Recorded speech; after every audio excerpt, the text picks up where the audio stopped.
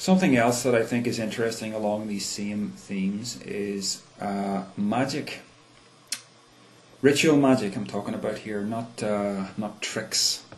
I've done a bit of research into what ritual magic is, mostly through what Anton LaVey has to say on the matter. Anton LaVey was the founder of the Church of Satan in 1966. Okay, don't get all scared.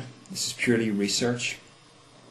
But, when you think about what happens when someone performs magic, such as when they wish to curse a person, generally what you use is you use ritual in order to get your mind in a certain frame of mind, where it leaves sort of the critical thinking faculties at the door.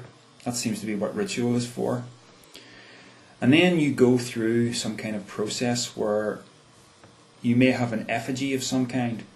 And it can be the traditional voodoo doll, where you stick a photograph of the person that you wish to curse upon the doll.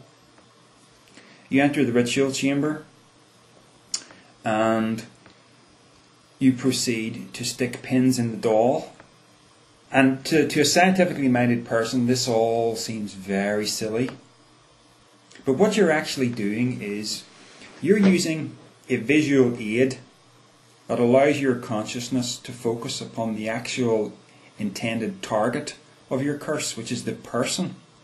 That's all the voodoo doll is. It's a visual aid. And the sticking of pins in the doll is a way for you to unleash your desire upon that person in symbolic fashion. Yet the desire, the focus is real and the desire is real. So then the ritual finishes and the curse is unleashed, and that person then just walks away and forgets about that person. And if the ritual was successful, this person will come to some form of harm. That's the theory anyway, right? Now, let me compare that to what I'm actually doing with telekinesis. I have my visual aid. Now, it's not a physical visual aid, it's a mental one, but isn't that really the same thing? I'm basically, in my head, I'm picturing that side wheel spinning all on its own. And that mental picture is my way of, symbolically getting to the real side wheel, which is right in front of me on the desk. And then I employ strong desire. And I'm thinking, do this, do this, do this, move, move, move. Okay? So, and then, beyond that point, even it may still be sitting there on the desk in front of me, not moving. And then what I do is I finish and I clear my mind. And it's in that state, in other words, it's like post-ritual, after the ritual's finished, then the side wheel moves.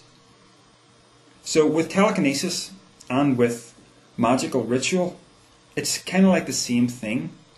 You enter into a certain frame of mind and you focus all of your desire upon something that you want to happen. You stimulate your desire as much as possible with the use of visual aids. And then you finish and you conclude and you say, done. And it works, apparently.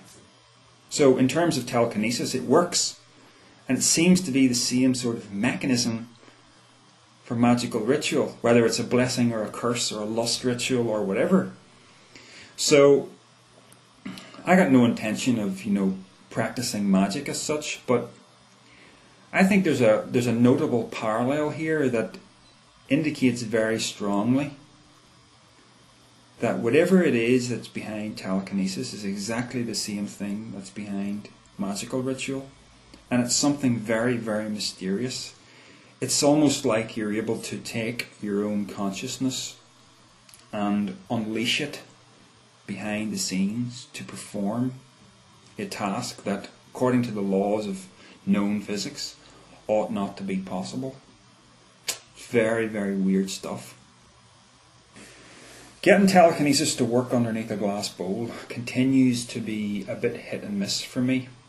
But I still got it. I mean, last night I was sitting having a practice for about an hour, and I haven't actually had a proper practice in maybe a week or two.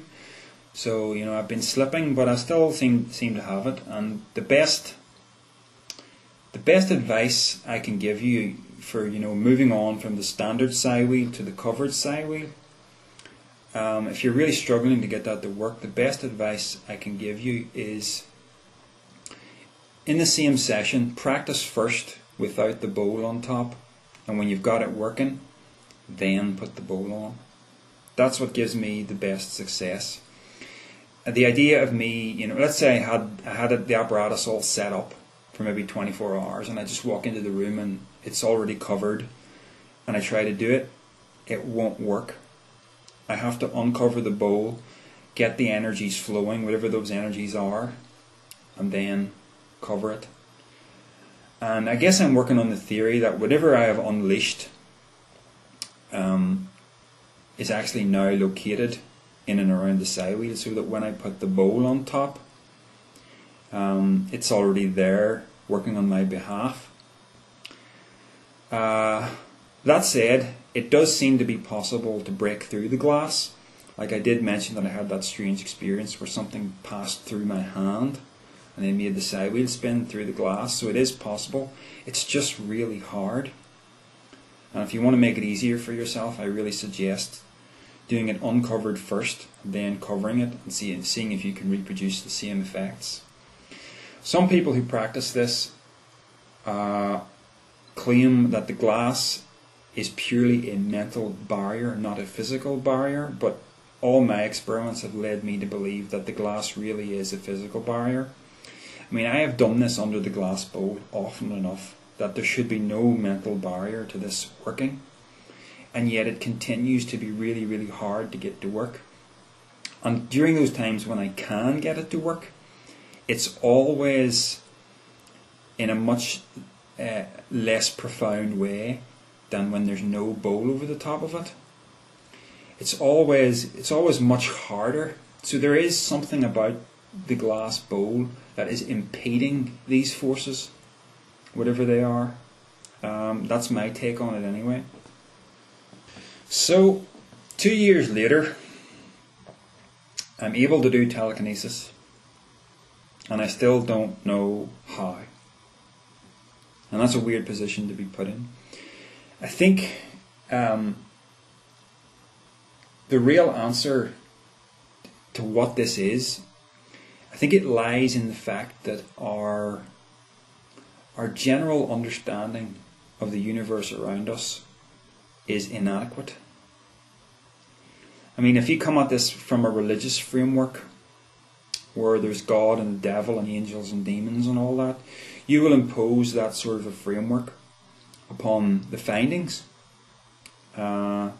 If you come across this from a purely, classical physics standpoint, you'll try to see the entire process as purely mechanistic. Just like so much about the universe is mechanistic in nature, conforming to strict laws that can be analysed, that can be, can build mathematical equations around.